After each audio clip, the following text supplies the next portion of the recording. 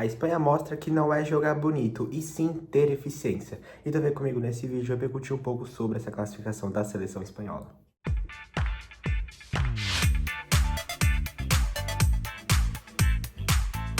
Fala galera, beleza? Tudo bem? Eu sou o Gustavo, sejam bem-vindos a mais um vídeo do canal DeFoot e hoje para falarmos novamente da Espanha, que desta vez está classificada para a semifinal, a melhor campanha dessa seleção espanhola desde o título de 2010 e agora irá enfrentar novamente a França em uma eventual semifinal, né? Eles que já se enfrentaram em Euro, agora vai estar devolvendo o troco nesta Copa do Mundo. Talvez não, né? Talvez a Espanha passe de novo, mas enfim, vai ser jogaço, não tenho dúvidas. Então antes de começar a falar da partida, vamos falar dos 11 titulares, né? Como padrão já. E começar a falar sobre a Espanha, né, a vencedora e semifinalista desse confronto.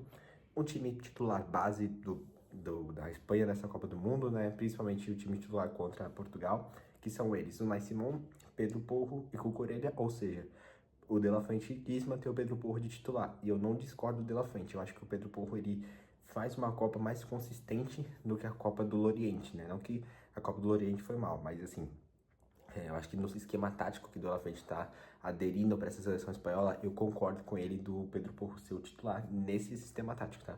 Então, Pedro Porro mantém a titularidade. Cubarsí e Laporte fechando a zaga, então, essa é a linha defensiva da Espanha. Partindo para o meio de campo, Rodri e o Fábio Ruiz, ou seja, ele tira o Pedro e coloca o Fábio Ruiz. Uma implementação nova que até, né, no princípio dá certo, porque o Fábio Ruiz faz um dos 2 gols nessa partida. E assim, não é que a Copa do Pedro esteja ruim, né? Não é que ele esteja mal na Copa. Mas eu acho que não tá correspondendo da mesma forma e não tá agregando tanto no time, assim. Você não vê muito eu falar do Pedro, né? Falar positivo do Pedro nas partidas. Eu falei dele, talvez, na partida contra o Uruguai, né? Que teve uma melhoria ali.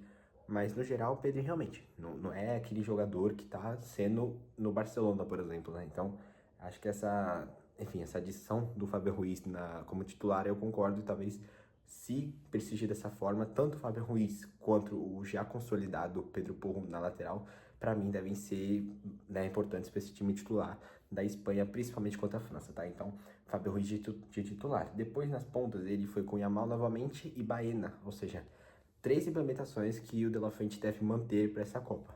A nova, né, a mais recente, que é o Fábio Ruiz titular, o Baena já consolidado ali e o Pedro Porro já consolidado. Então, esses 3 devem manter na base titular, principalmente porque, como já citei do Pedro Porro, né, também já citei do Fábio Ruiz, e no caso, o Nico Williams, muito importante, uma peça essencial para a Espanha do De La Fuente, principalmente na Euro de 24, mas nessa Copa em específico, após a lesão dele, eu acho que o Nico Williams não tá, enfim, né, não acho que ele voltou da melhor forma, então eu sou mais a favor de manter o Baena, apesar que essa partida, tá, essa é exclusivo, não foi uma das melhores partidas do Baena, mas enfim, mais pra frente a gente destrincha melhor.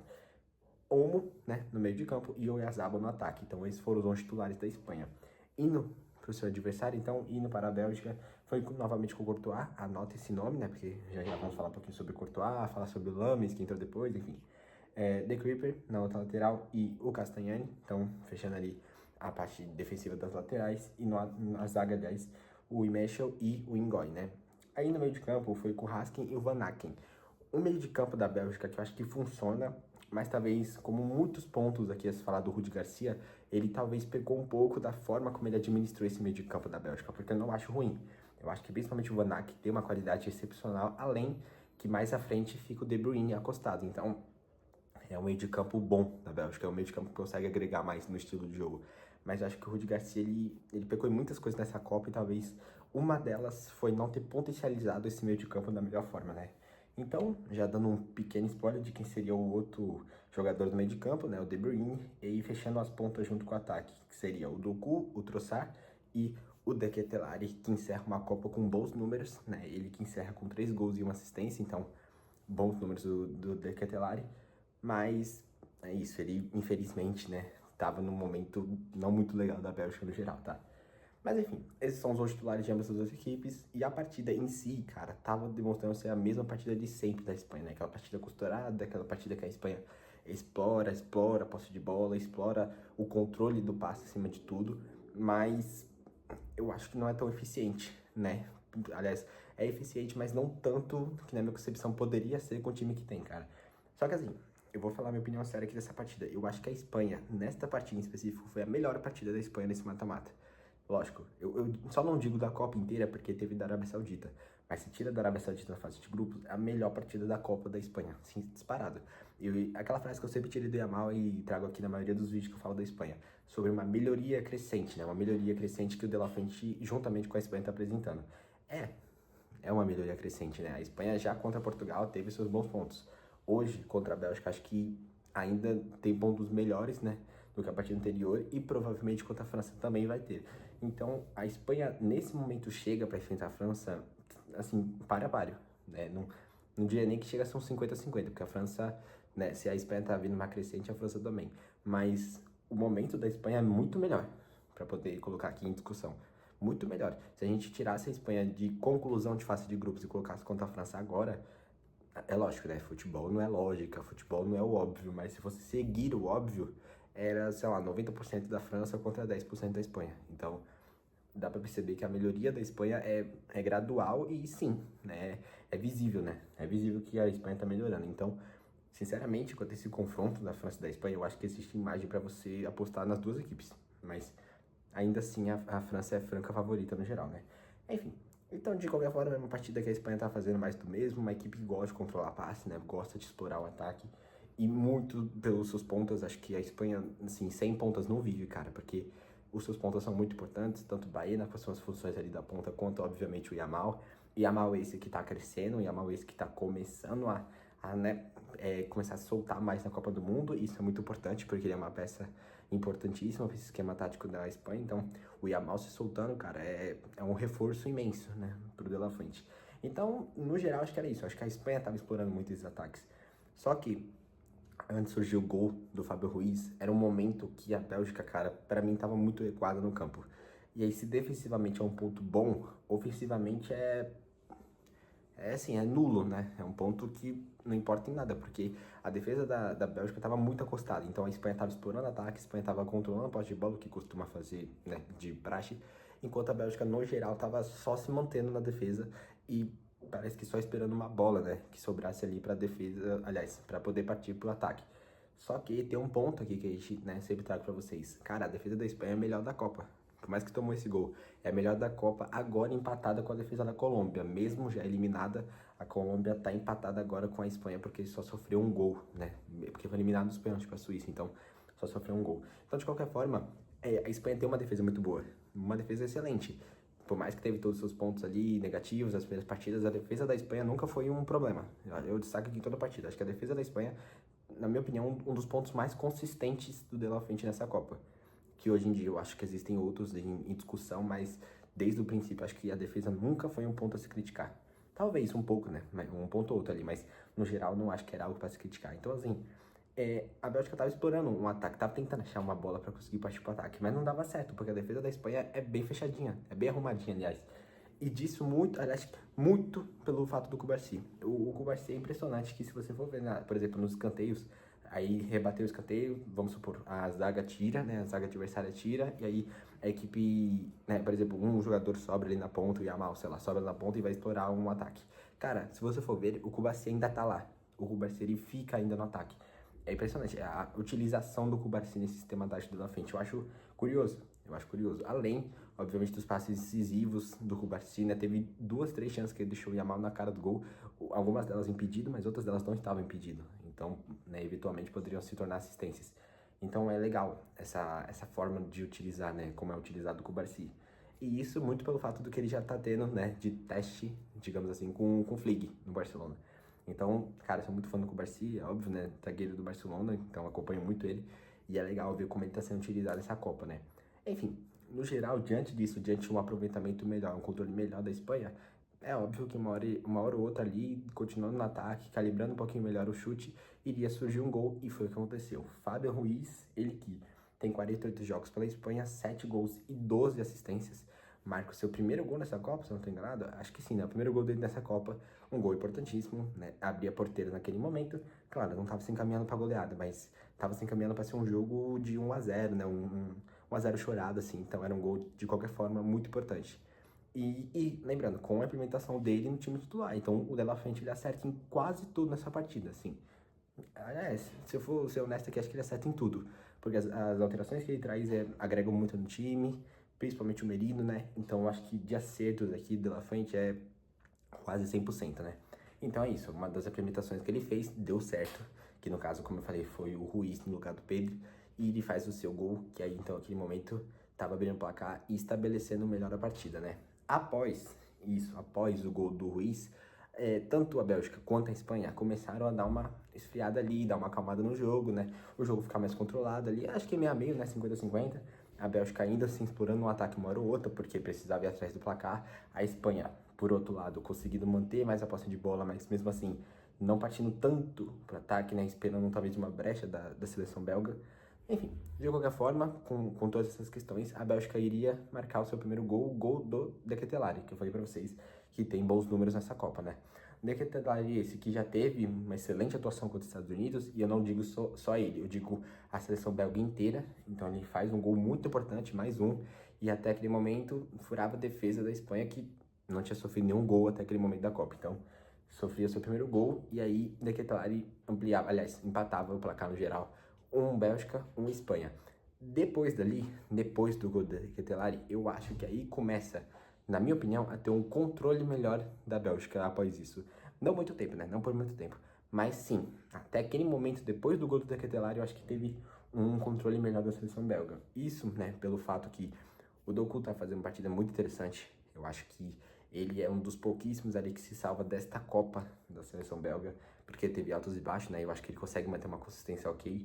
Porque de um outro lado, cara, eu não lembro, eu sinceramente eu tô sendo sério com vocês, eu não lembro de ver o Trossard tocando a bola, cara. Eu não lembro, assim, muito sincero, cara, tô sendo muito sincero. Não lembro do Trossard fazer um jogo apresentável nessa partida, né?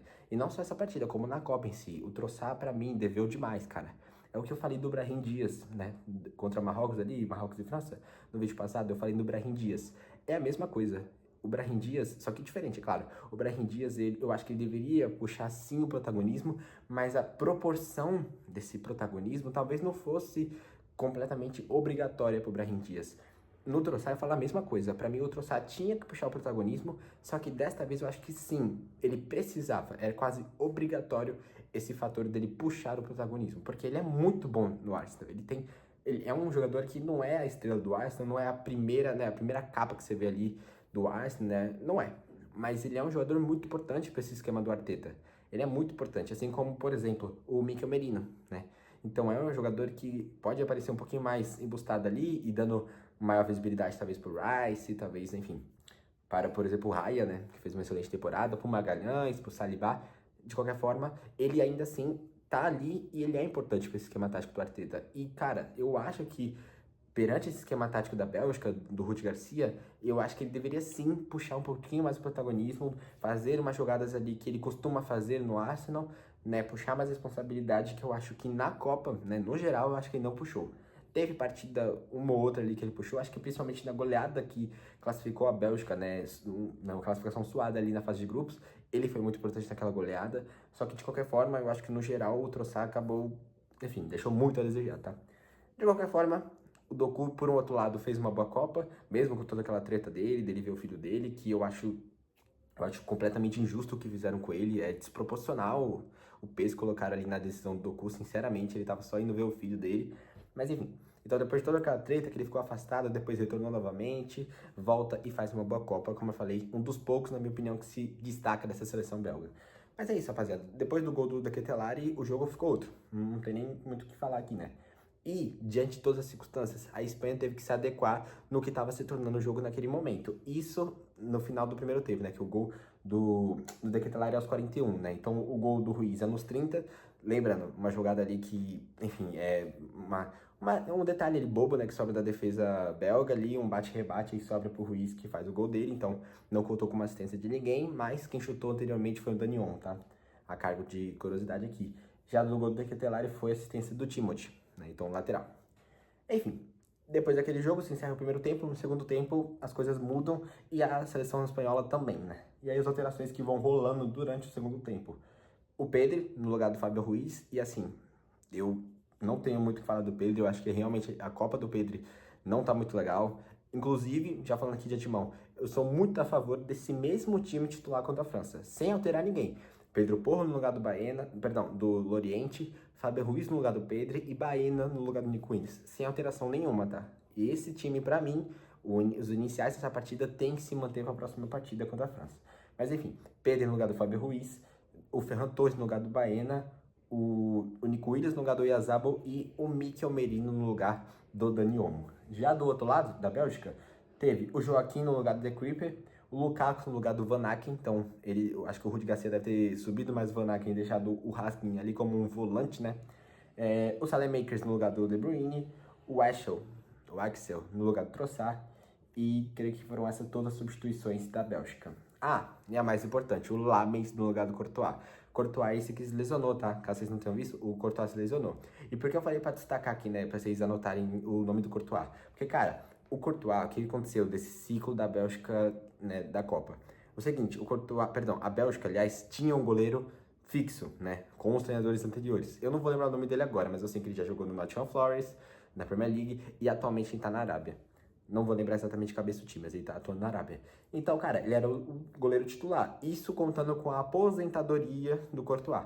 O Courtois anunciou novamente que iria retornar à Bélgica, que iria retornar a vestir a camisa da seleção belga. E, obviamente, né, pelo status que tem, na quantidade de títulos e a carreira vitoriosa que o Courtois tem, e por todo o geral, né, porque ele é um excelente goleiro, mesmo com a idade elevada, eles, obviamente, falaram, é o seguinte, ó, o Courtois tá voltando, então você vai ficar no banco, né, isso é óbvio. Mas, por decisão do goleiro, ele decidiu se afastar completamente. Não diria se aposentar, porque eu acho que, eventualmente, ele pode retornar à seleção belga, mas ele se afastou. Ele se afastou completamente depois dessa decisão da seleção belga, né, aliás, da Confederação Belga no geral. Com isso, o Courtois voltou, assumiu a titularidade, né? Isso é óbvio. E ele não foi nem relacionado, aliás, não foi nem convocado para a Copa. Então, o que eu tô querendo dizer, se ele tivesse aqui, a história teria sido diferente? Talvez. Mas uma coisa eu garanto, se ele estivesse aqui, o Lamens, bom goleiro Lamens do United, tá? Eu acho que o Lamens consegue estabelecer finalmente uma boa segurança ali na defesa do United, que era muito defasada, e principalmente de goleiros, né? Com De Gea, no finalzinho da carreira ali, com o Naná, então acho que o Lamens é uma grata surpresa. Mas assim, o Lamens entra no lugar, né, um reserva de imediato do Courtois, e o segundo gol do Mikel Merino, que está estrelado, né, mas depois eu falo dele, surge muito pela falha do Lamens. Então é só, né, a cargo de vocês, para você entender como as coisas poderiam ter sido diferentes se talvez tivesse sido administrado melhor essa decisão de, né, trazer novamente o Courtois à titularidade. Enfim, Courtois então se lesiona, Lamens, como eu já falei, entra no lugar dele, e aí, né, um pouquinho mais pra frente ele surgiu o gol do Merino. O Merino, aí que eu falo, o Merino tá estrelado, cara. No jogo de Portugal, o Merino entrou aos 85, 5 minutos depois o Merino tá fazendo gol, né, aos 90. Um gol que salvou ali a seleção espanhola. Hoje, o Merino entra aos 86, um espaço de tempo, né, um intervalo de tempo mais curto ainda. Ele entra aos 86 e aos 88 o Merino faz o gol que novamente classifica a seleção espanhola. Então, assim, não sei como, né, do nada o menino ficou estrelado desse jeito. É lógico, ele já teve esses bons momentos no Arsenal, né, muito pelo fato do que o Arteta começou a utilizar o Merino, então acho que é uma sequência de fatores. Mas, enfim, tá estrelado, não tem o que falar, e novamente entra com os últimos minutos, nos minutos finais, e faz o gol dele. E eu acho que tem que se manter assim, tá? Eu não acho que o menino tem que ser um titular, mas sim ser um pouquinho mais utilizado, né? Porque, pelo amor de Deus, o De La Fuente coloca ele nos últimos minutos, né? Não tem como. Mas, de qualquer forma, ele tá salvando a Espanha, né? Então, assim, o menino faz o gol dele depois de um chute do Cubarsí. É o que eu falei, né? O Cubarsí sendo aquele zagueiro que tá fazendo múltiplas funções ali no ataque. Então, o Cubarsí faz um chutaço de fora da área, inclusive. O Lamens não consegue tirar bem a bola, né? Ele espalma mal. E aí, sobra pro Mikel Merino marcar mais um gol dele e classificar a seleção espanhola. Diante disso, o jogo, né, tava no finalzinho, então a Bélgica não conseguiu fazer mais nada. E a Espanha se classifica para a semifinal para enfrentar a França. E assim, justo, tá? O jogo da Espanha foi muito bom. Eu sei que a maioria de vocês possam discordar de mim, mas eu acho que a Espanha está sim fazendo uma Copa ok. Não é a melhor Copa do mundo, é o que eu falei no início do vídeo, não é o futebol mais vistoso, mas com certeza um dos mais eficientes dessa Copa. Mas assim, sem sombra de dúvida, cara, é uma seleção que tem uma boa quantidade, né, uma boa média de ataque ali, de gols feitos, aliás, a melhor defesa da Copa. Então nem a França tem uma defesa melhor que a da Espanha. Então a gente precisa olhar com mais carinho para essa seleção espanhola. Porque eu acho que talvez o peso que colocou dela, o favoritismo, enfim, e essa forma de corresponder que colocamos nessa seleção espanhola, se diz muito pelo ciclo da Espanha anteriormente. Mas, cara, na minha opinião, sinceramente, a Espanha, diante das circunstâncias, está fazendo uma boa Copa, tá? Mas enfim, mas eu quero saber de vocês o que vocês acham. Então deixa nos comentários aqui o que vocês acharam dessa partida no geral da Espanha, né? Do Mikel Merino, um herói inusitado, da Espanha que É eficiente ou poderia ser mais eficiente? E, aliás, é um futebol vistoso ou também poderia ser um futebol mais agradável de se assistir, né? Então eu gostaria de saber de vocês aqui nos comentários, fechou? Também deixar a opinião de vocês sobre essa definida, aliás, essa partida definida da semifinal da Espanha contra a França, né? Se reencontrando novamente. Enfim, então é isso, gente. Não esquece, deixa o like, se inscreve no canal e ativa o sininho. E amanhã estou trazendo um vídeo da Inglaterra que enfrenta a Noruega e também logo em seguida a Argentina, fechou? Então, até o próximo vídeo.